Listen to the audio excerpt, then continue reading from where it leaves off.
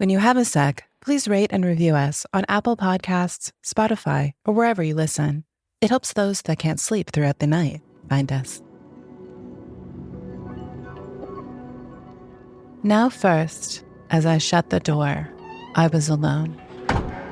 In the new house, and the wind began to moan. Old at once was the house, and I was old. My ears were teased with the dread of what was foretold. Nights of storm, days of mist, without end. Sad days when the sun shone in vain, old griefs and griefs not yet begun. All was foretold to me, naught could I foresee. But I learnt how the wind would sound after these things should be.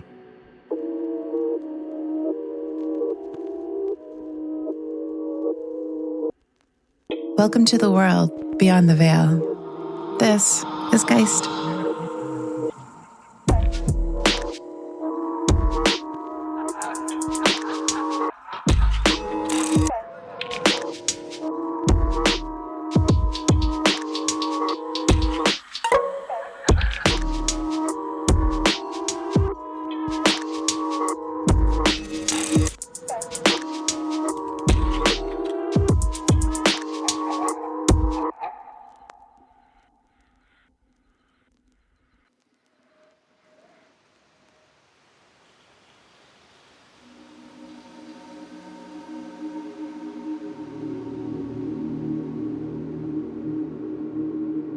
I have told this story several times over years to several people. Usually people don't really want to hear it and they just kind of think it's weird or they're kind of ha-ha it or, not really believe it. But I know what I saw. I know what I felt. I know what I experienced. I know what my children saw. I know what I captured in photographs. And I have no doubt that there was something in that house that we couldn't see. Corinne has lived in haunted houses. Her experiences extend all the way through to adulthood. She told me that she tries to look for explanations. She doesn't automatically go to the paranormal one. But a childhood trauma could have opened a door that perhaps she didn't consider. When I was about, 5-6 years old, I had a bad fall where I fell backwards and whacked the back of my head on the kitchen ceramic tile floor. Apparently blacked out, convulsed, foamed at the mouth. My mom called paramedics. They arrived. Remember being on the ceiling of my living room in the house that I grew up in and looking down and seeing myself, my little 5-6-year-old body. And I can see the nightgown I had on, the knee socks, everything. It's like a short movie scene that that constantly gets replayed in my head.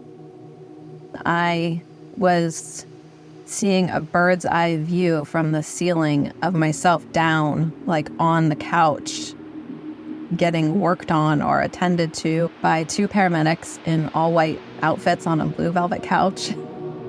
And there's no reason why I should be able to remember any of that. I mean, apparently I wasn't even conscious. And I had been like convulsing and foaming at the mouth and I was not okay. And I can see the whole thing play out clearly in my head. Something was cracked open a little bit that day that gave me a little peek into a world that maybe not everybody has an opportunity to see into. Corinne and her family reside in Pennsylvania, which is known to be pretty haunted. I'm sure Gettysburg is easily recognizable by our creepy community. So I guess landing in a haunted house seems pretty plausible. So I have lived in multiple haunted houses in the area of Pittsburgh, Pennsylvania.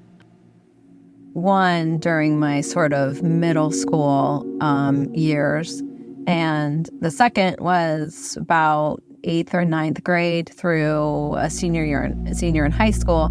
My mom and my stepdad still live in that same house in Pittsburgh that is haunted. The last house that we lived in before this house is the house that definitely had something going on in it. The first 2 were in Pittsburgh, and then that's where I'm from. That's where I grew up. And then the last house, it is here in Harrisburg, where we live now. After my parents got divorced, we lived in a house about maybe 2 miles from the house that I had previously grown up in. My brother and my mom and I had lived at my grandparents' house for about 8, 9, 10 months before. And my mom bought a little house in Mount Lebanon. It wasn't like her or our dream home or anything like that, but it was a place for us to start fresh. That house had a lot of very strange things that went on. It was a little vibey. It wasn't a house that, again, that I was never comfortable in it. I never felt comfortable in it at night. It always spooked me out a little bit. There was one incident that I can so clearly and specifically remember. One day we came home from school. My mom was with us. She was coming home from work and nobody was home all day. We had no pets at that time. We heard loud water running, like a faucet running, and we couldn't figure out where it was coming from. And I remember running upstairs with my mom. It's what we called the kids' bathroom. The bathroom door was shut. And my mom opened the bathroom door, and it was just this full rush of steam that came like billowing out of the door into our faces. And the shower had been turned on basically all day long on full blast hot water, only hot water, like no cold water wasn't running. And it had run for so long and so many hours, and it was so hot that it had actually peeled the wallpaper off the walls. And then it was always things after that, like toilets doing weird things, bathroom sinks, kitchen sinks. Always water, just water running when it should, just turning on. Like, there's no reason why these faucets could have or should have turned on by themselves. Like, they would have had to have been manually turned on or off. Kind of jokingly attributed it to a ghost or a haunting. It was never like some big, huge deal. We never made a big deal about it. It was just something we, I guess, lived with and coexisted with in the house. It spooked out my mom, and I could tell it did. She was always like, oh my gosh, this house is haunted. There's something going on here. But something in that house wanted to mess with us. Something wanted to know it was there. It had been owned by a plumber previous to us. Fast forward a few years. Corinne's mother remarried, and the 4 of them needed a new house. I was friends with a girl in the 8th grade. And I had overheard this friend of mine saying at some point that they were going to be moving into a different house. And was like, hey, are you moving? Are you selling your house? My mom really loves your house. Maybe we can buy it. And so I reported back to my mom and stepdad, oh, so-and-so is going to be selling their house. You guys should try to buy it. Long story short, they ended up buying the house. So it almost was like the house was like calling out to us in some weird way. It was built and owned by a doctor in Pittsburgh. I don't think he was ever married. The house was built in like the early 1900s. So he was long gone at that point. And some very strange things started happening in that house as well. There wasn't really any initial feeling that I could like put my finger on, other than the fact that it had that sort of like stereotypical big, sort of like creaky floor, historic, older, early 1900s home. The hauntings probably started pretty soon after we moved in, but they didn't happen to any of us, like my family members who lived in the house. They were happening to people who, like men who were coming to do work on the house. Their plumber, so he would come to my mom's house to do work. And on more than one occasion, when he was at the house alone, when my mom and stepdad were at work, and he came to do some plumbing work, specifically in the basement and one of the upstairs bathrooms, he left and called my mom and said, I'm not coming back to your house alone again.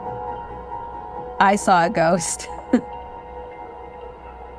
It was the ghost of a man that he saw in the bathroom, and I think he saw the same thing working on the hot water heater down in like the basement. Experiences went on with visitors to the home throughout the years. When my son was a little toddler, and my husband and I and two of our kids were living in Missoula, Montana at the time, and we had flown home to Pittsburgh for a week or so to visit my family. My son was probably about 3 years old at the time, and we were in the bathroom where the plumber had seen the ghost one evening giving my son a bath, and it was just my son and my mom and myself, and I was sort of sitting on the side of the tub, and my mom was sort of like leaning up against the wall sort of behind me. My mom and I were chatting, watching him in the bath, but he was playing with his bath toys and the bubbles. And all of a sudden, he interrupted us, and he said, "Mommy," and he pointed to the corner in the bathroom. He said, "Mommy, who's that man watching me?" Mommy. And my mom and I just like went stone-faced, cold, chills. We looked at each other like, holy shit. We've heard there's a ghost in this bathroom before from plumbers and other various people. So I'll never forget that. That was definitely like, that I get chills just talking about it and thinking about it still. Corinne's mom and stepdad still live in that home, and the hauntings continue.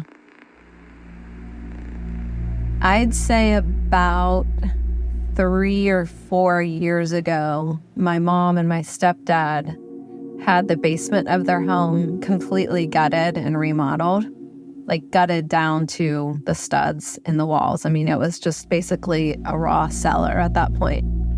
And it stayed that way for a couple of weeks. There were some holdups in construction, so it was kind of like a raw, gutted out basement for a couple of weeks. And during those couple of weeks, my mom would wake up early in the morning to come down to the kitchen to make her coffee. To sort of the left of where she would be in the kitchen making coffee, there's an open doorway, and then it's like maybe 10 steps down to the basement. So you can clearly hear what's going on down there. There isn't a door or anything like that. When she would come down early in the morning to make her coffee and she would be standing in the kitchen, she would hear from the basement a woman's voice calling out her name every morning, and it would last about 10 or 15 minutes straight. You would just hear,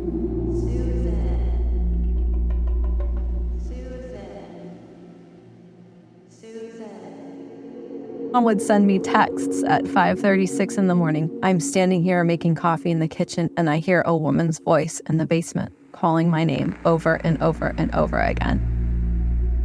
And it wasn't just my mom who heard this. It was my mom's good friend and next door neighbor. One morning, Jen was at my mom's kitchen table, which would have been adjacent to the doorway down to the basement. And the basement was still gutted and torn up at this point. And they're chit-chatting and having coffee and playing cards. And Jen looks at my mom and says, "Susan, why do I hear a woman calling your name from the basement over and over?" My mom's cleaning lady was there one morning. And my mom had taken her cleaning lady down to the basement to just sort of show her what was going on kind of thing. And they were standing down in the basement. My mom's chatting away, and they're just like looking around. And her cleaning lady also said to her, "Susan, I hear somebody calling out your name." The other witness accounts were completely unsolicited. She had not said a word because she didn't want to tell people that she was hearing a voice from the basement calling her name. Like, that sounds nuts. But it didn't stop there.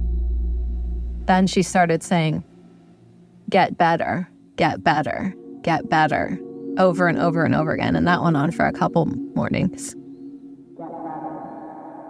And I talked to my mom about that a little bit. Like, is there, are you having a health issue, or do you think you should get something checked out? I don't know. I wonder, like, who or why is there a woman's voice coming from the unearthed walls within my mom's basement? And once construction started going again and, like, you know, drywall went up and flooring and all of that sort of thing, she never heard it again. She hasn't heard it since. It's like it was unearthed, it spoke, it was covered up again, and it went silent. My, like, little inner voice tells me that she was talking about herself, like asking for help, not telling my mom to get better, like, Susan, get better, like, help me get better, or can I get better, or I think it was a voice calling out for help. Like, if somebody was being treated in his house and didn't make it, and I don't want to be like, I don't want to speculate or assume or, like, make up a story that isn't true, of course, but you just try to put the pieces together and no denying that there is something in that house. I mean, it literally announced itself in more ways than one. The house did belong to a doctor, after all. So in 2005, we made the decision to move from Missoula, Montana, back home to Pennsylvania, and we ended up living in the Harrisburg, Pennsylvania area. Bought just a very traditional suburban 2-story brick house on a cul-de-sac. So a newish house, not an old house. But it was far from traditional. From the day we moved into that house, I hated it. It smelled like cigarettes. It had a mold issue.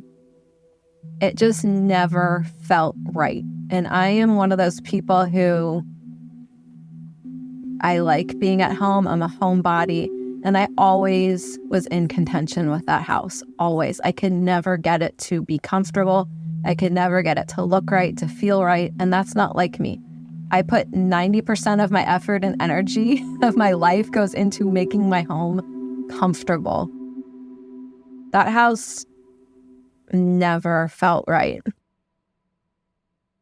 Everybody else seemed to be okay with it. I seem to be really, in my family, like between my husband and my 3 kids, I'm kind of the only one who is super sensitive to those sorts of things. A few things, maybe 3 or 4 things that really were odd that happened. Got early in the morning. It was still dark outside. And there was, I don't know how to explain it other than to say that there was a huge ball of purple, magenta, pink light glowing from the sitting room. I was laying in my bed, and I was just laying there watching this light emanate from this room. And it wasn't coming from any source of light. It wasn't coming from any place. It just was. It was just there. And it was just glowing pink, purple, and then it just disappeared. I have absolutely no idea what it was. This ball of light kicked off some pretty strange events. It was a 4-bedroom house, and we had changed one of the smallest bedrooms into a playroom for our 2 daughters, and then they had 1 bedroom that was like a bunk bed room that they shared. One night, my youngest daughter, who was probably about 5 or 6 at the time, came into my room and got into bed with me, and she was upset. And she said that she woke up and looked across her room, and in the doorway of her bedroom, she saw a man in a black hoodie standing there. But basically the best way I can describe it, and this is how she described it to me, this man or this figure in this black hoodie very quickly moved towards their bed and then got sucked back, and then moved towards their bed and got sucked back. And this happened several times where it just like, it would just move forward, get sucked back. But my younger daughter came into my room first. And I guess my older daughter, who was in the top bunk at that point, was still asleep. And then she came running in a couple minutes later and described the exact same thing. they weren't corroborating stories. Neither one of them knew that the other one had seen the exact same thing that the other one had seen.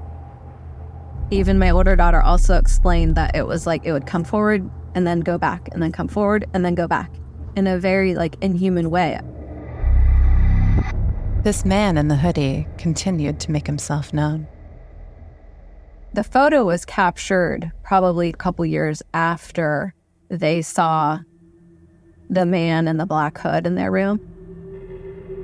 So I was just outside with my camera, and we had a Great Dane at the time, and he was inside the house. I think I was outside with maybe one of my kids or something like that. So I have like a big Canon, like professional camera, and I'm sort of like crouched down at his eye level outside. He's inside looking out at me. Just the way my eye works, I'm like, oh, that would be a cool photograph. I certainly didn't see anything in that window at the time.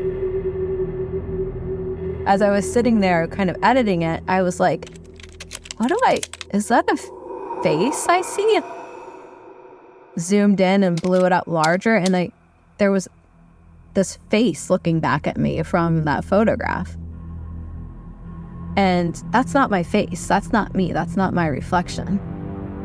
But if you look closely, what I see personally is a man in a black hood in the picture.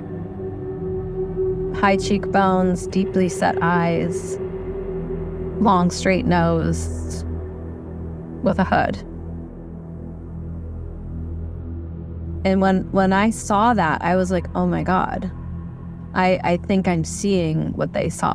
I think I'm seeing in my photo what they saw in their room.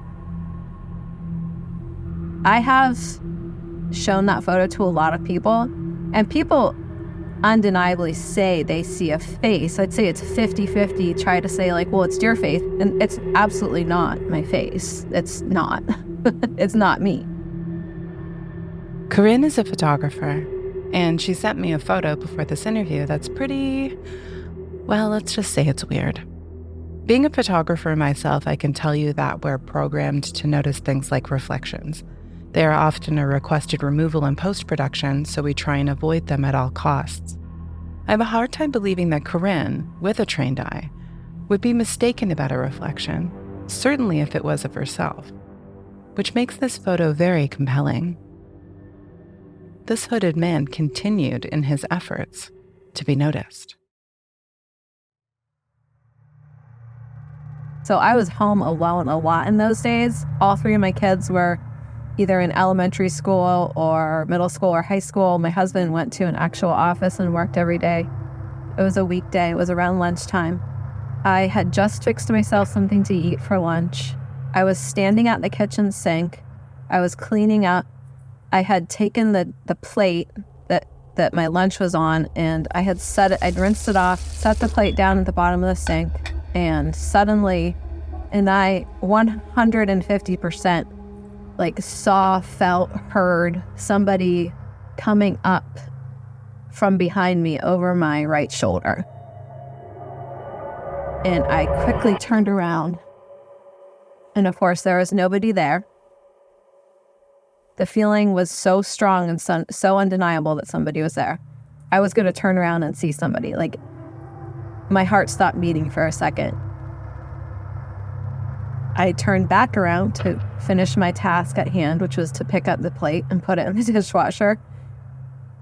When I turned back around and looked out into the sink, that plate that I had just placed at the bottom of the sink was cut clean in half. In two pieces, two equal cut in half pieces sitting at the bottom of my sink. I did not hear a crack. I did not hear a break. I did not hear a shatter. I hadn't moved. I hadn't moved my hands. I hadn't touched the plate in like the 2 seconds or 3 seconds that had passed by. I did absolutely nothing to cause that dish to break in half. It scared the shit out of me. And then I think I probably threw the plate away and was like, fuck this, I'm out of here, and went for a walk or something. I just think it was something in that house that wanted to get my attention. And that was towards like right before I think we moved out of the house. And yeah, there was just some like bad energy. I mean, on a day-to-day basis, it felt okay. But after that happened to my daughters and capturing what I captured in that photo and just that weird light that I saw in the house and then the feeling of my shoulder and the dish breaking, like looking back on it now, like I wouldn't want to spend the night in that house. I just wouldn't.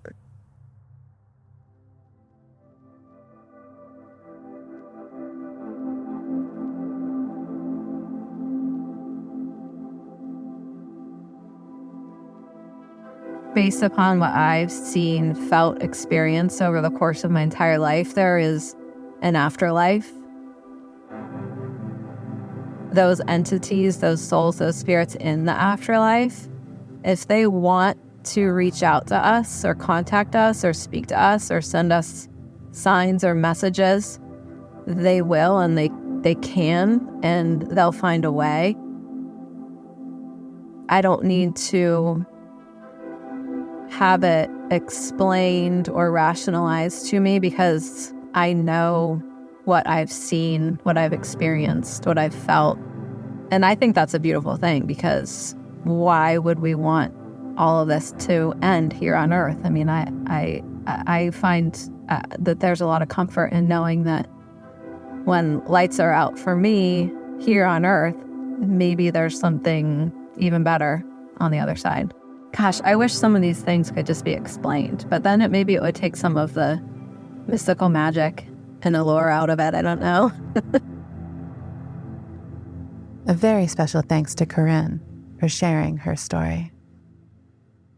If you have a story you've been hiding, submit it to us at hello.geist.podcast@gmail.com. Both written and recorded submissions are welcome. Geist is written and directed by Danielle Matar. Original music and FX by Beau Jensen.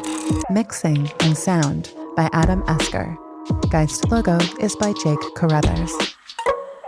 Follow us on Instagram, TikTok, Threads to get all the latest news from Geist. Thank you so much for listening, and until next time, sleep tight.